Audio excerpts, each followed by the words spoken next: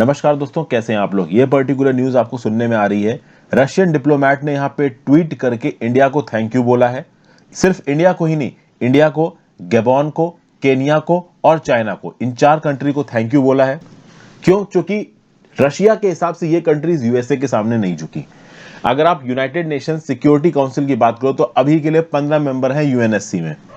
अगर मैं permanent members की बात करूं, इन 15 मेंबर्स में 5 परमानेंट है, 10 नॉन परमानेंट है। तो परमानेंट्स में people Republic of China, France, Russia, United kingdom और यूएसए। ये तो खैर आप सबको पता है। इस समय पे नॉन परमानेंट मेंबर्स कौन कौन से हैं? तो Gabon, Ghana, Kenya, UAE, India, Albania, Brazil, Mexico, Ireland, Norway. इन कंट्रीज का नाम सुन के आप समझ गए होंगे कि ऐसा नहीं है कि बहुत ताकतवर कंट्री है तभी वो यूनाइटेड नेशंस की, आप कह लो, नॉन परमानेंट मेंबर बनेगी यूएनएससी की। यहाँ पे जो फर्जी और चिल्लर टाइप की कंट्रीज होती है ना, जैसे कि गैबोन हो गई, घाना हो गई, इनको भी, अल्बानिया हो गई, इनको भी नॉन परमानेंट मेंबर बना दिया जाता है। बेसिकली देखिए, यूनाइटेड नेशन सिक्योरिटी काउंसिल के ऊपर कब्जा डोमिनेंट बन के बैठे हैं 5 परमानेंट मेंबर्स। अब उन 5 परमानेंट मेंबर्स को समझ में आया कि थोड़ा बहुत रिप्रेजेंटेशन, लड्डू तो बांटना ही पड़ेगा।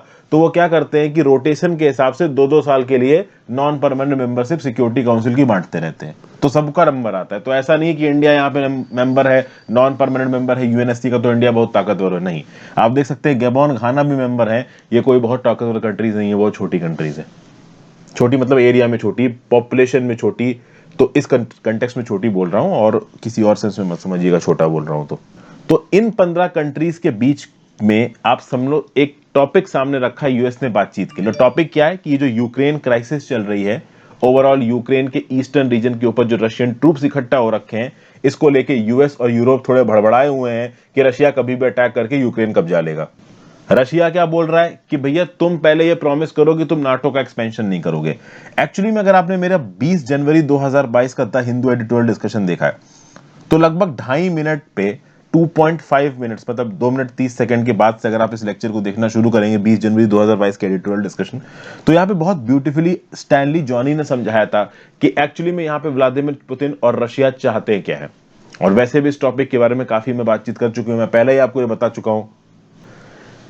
रशिया कोई बहुत दूध का धुला नहीं है, लेकिन 1991 में जब यूएसएसआर का विघटन हुआ था, तो उस समय पे यूएसए, यूके और बाकी यूरोपियन कंट्रीज ने प्रॉमिस किया था रशिया को कि भाई हम नाटो का एक्सपेंशन नहीं करेंगे, लेकिन उसके बावजूद नाटो का एक्सपेंशन किया है यूएसए ने। रशिया के साथ बॉर्डर लगने वाले एस्टोनिया, लाटविया, लिथुआनिया, ये सब नाटो के अंदर चले गए, जबकि ये पहले नाटो में नहीं थे। अब बात आई कि जॉर्जिया, यूक्रेन भी नाटो के अंदर जाएंगे। यहां पे रशिया ने बोला अब बस बहुत हो गया तुम्हारा, अब तुम यहां नहीं आ सकते। मतलब कि कुल मिला के रशिया का यह कहना है कि तुम हमारे वेस्टर्न बॉर्डर पे पूरी नाटो की फोर्सेस लेके बैठ जाओगे, तो कल की डेट में अटैक करोगे तो मॉस्को और सेंट पीटर्सबर्ग तो तुम लोग आधे घंटे में कब्जा लोगे। तो शुरुआत में तो थोड़ा बहुत रशिया चुप रहा है, एस्टोनिया, लाटविया, लिथुआनिया ये सब नाटो के मेंबर बन गए। लेकिन जब बात आई कि भाई जॉर्जिया भी नाटो का मेंबर बन जाएगा, यूक्रेन का भी नाटो का मेंबर बन जाएगा, मतलब रशिया का पूरा वेस्टर्न बॉर्डर नाटो फोर्सेस के सामने एक्सपोज हो जाएगा, तब रशिया ने बोला भाई अब बस हो गया। पिक्चर आई थी ना अब बस, बकवास सी मूवी थी, तो रशिया ने बोल दिया अब बस, अब बहुत हुआ तुम्हारा।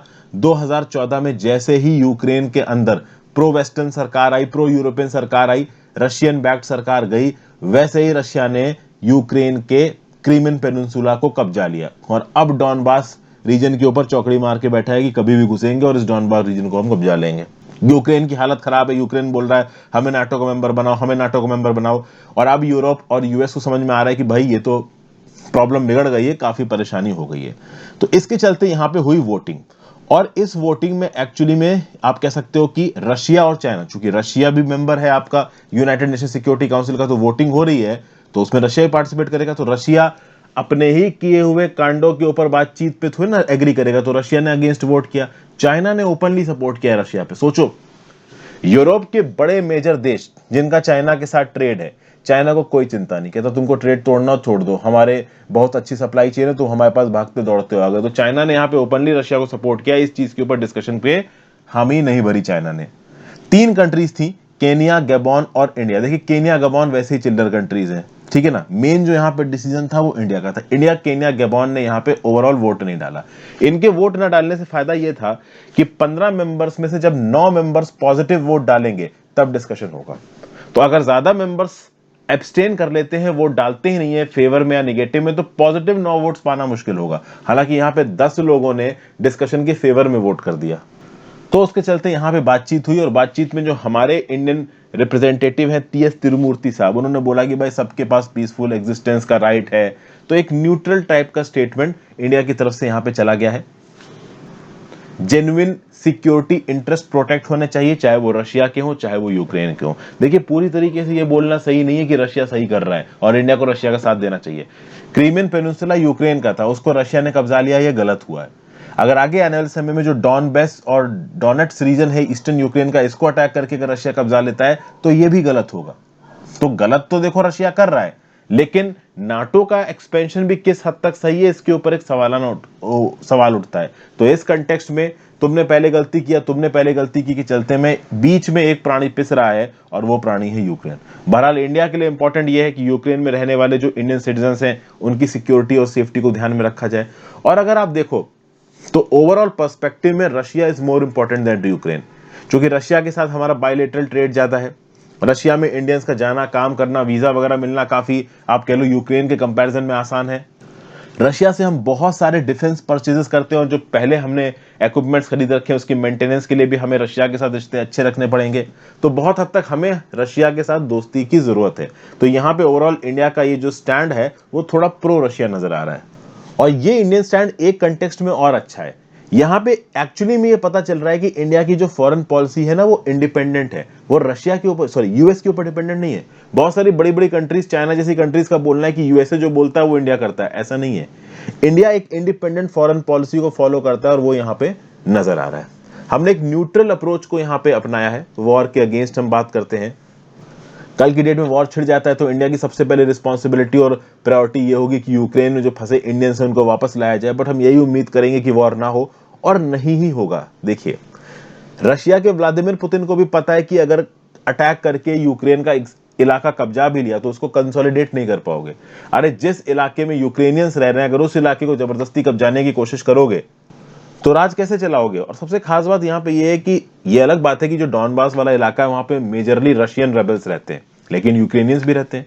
और यूक्रेन की अगर आप डिग्निटी के साथ एक लिमिट से ज्यादा खेलोगे, 2014 में तुमने क्रीमिया अपना लिया, कब्जा लिया, अब तुम डॉनबास कब्जा लोगे, तो कब तक यूक्रेन वाले भी शांत रहेंगे। तो यूक्रेन कोई छोटी मोटी कंट्री तो है नहीं, कल के डेट में रशिया को बैकफायर कर जाएगा। तो इस कंटेक्स्ट में इस इश्यू के ऊपर बातचीत हो रही है। लेट्स सी क्या निकल के आता है। यही उम्मीद की जा सकती है कि यहाँ पे कोई लड़ाई ना हो। हालांकि एक ब्लेम गेम टाइप का चल रहा है। रशिया के एम्बेसडर ने इसको पीआर गेम बोला है। पीआर क्या होता है? पब्लिक रिलेशंस, मतलब दुनिया को बताना कि हम बहुत अच्छे हैं तुम बहुत खराब हो। देखा जाए तो इस पूरे की पूरे रायते में हर पार्टी रिस्पॉन्सिबल है। यूएस भी रिस्पॉन्सिबल है, कुछ हद तक रशिया भी रिस्पॉन्सिबल है, लेकिन रायता तो फैल ही चुका है, उसको समेटना तो है ही। तो समेटने के लिए ओवरऑल इस प्रकार की मीटिंग जरूरी है, क्योंकि इससे रशिया के ऊपर थोड़ा तो प्रेशर बढ़ेगा और वॉर के चांसेस कम होंगे। तो आई होप ये वीडियो लेक्चर आपको पसंद आया हो। ज्यादा से ज्यादा लोगों के साथ इस लेक्चर को शेयर करिएगा। इंस्टाग्राम पे फॉलो कर लीजिए, टेलीग्राम ग्रुप ज्वाइन कर लीजिए। दोनों चीजों का लिंक नीचे डिस्क्रिप्शन बॉक्स में दे रखा है दोस्तों। ज्वाइन बटन दबा के अगर हेल्प कर सकते हैं तो जरूर करें। पढ़ते लिखते रहिए। Have a great day friends. Good bye.